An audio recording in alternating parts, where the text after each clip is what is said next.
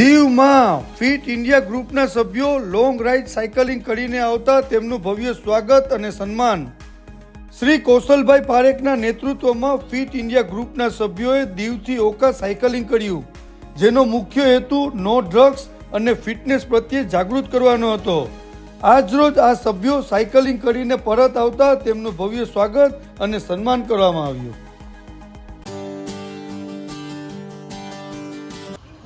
કૌશલભાઈ, તમે દીવથી ઓખા ગયા સાયકલિંગમાં, કેવો અનુભવ રહ્યો તમારો? અમારો જે અનુભવ હતો એ ખરેખર ખૂબ જ સરસ હતો.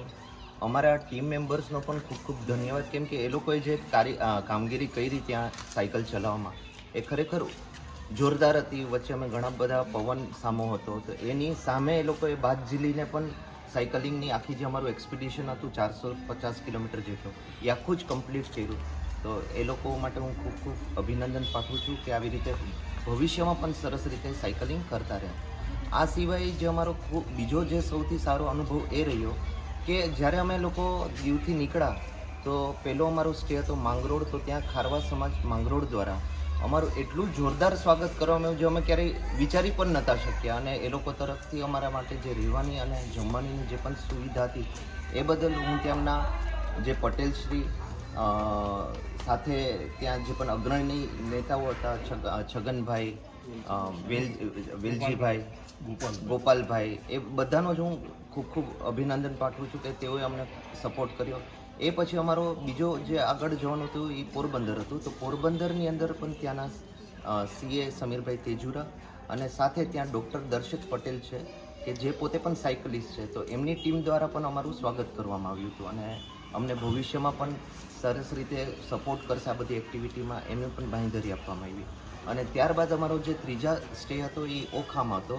અને ઓખાની અંદર ત્યાંના જે અગ્રણી છે બિઝનેસમેન મનોજભાઈ મોરી તેમજ દ્વારકેશ હોટલવાળા મનોજભાઈ થોભાણી, એમના દ્વારા પણ અમારું જોરદાર સ્વાગત કરવામાં આવ્યું. અમને ત્યાં ખૂબ જ સરસ રહેવાની અને જમવાની પણ સુવિધાઓ પ્રોવાઈડ કરવામાં આવી હતી. આ અનુભવ પરથી અમે એ તો શીખી ગયા કે સાયકલ લઈને તમે દુનિયા ફરી શકો છો અને ખૂબ જ ઓછા ખર્ચામાં તમે આટલું બધું કવર કરી શકો છો.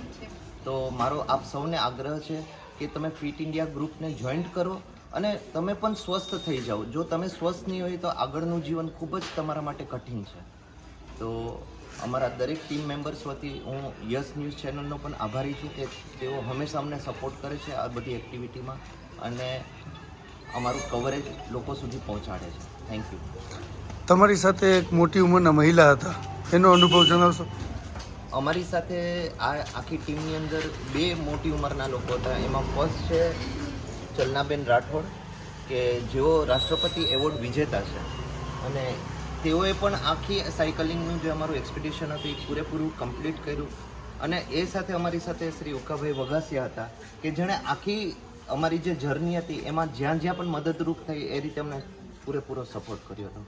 આ સિવાય કોઈ એક નહીં પણ દરેક લોકોએ જે કામ કર્યું છે એને ખરેખર કોઈ કમ્પેરિઝન ના કરી શકાય એવું છે, કેમ કે દરેકે ઉત્સાહપૂર્વક ભાગ લીધો. રીતેશભાઈ રાઠોડ સાહેબ, કલ્પેશભાઈ, મૃગાંકભાઈ, પ્રકાશ ભૈયા કે જેણે પોતાને જીપ્સી અમારા માટે સાયકલ માટે આપેલી હતી, અમૂલ.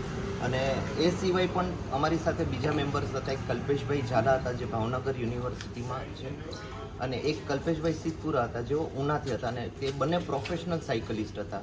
તો આ વખતે એ લોકોએ પણ આપણી સાથે ભાગ લીધો હતો.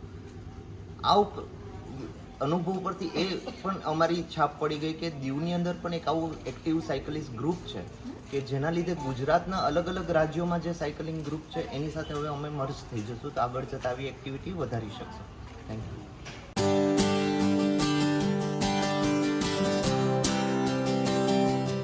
ભારત માતા કી જય! ભારત માતા કી જય! વંદે માતરમ! વંદે માતરમ! વંદે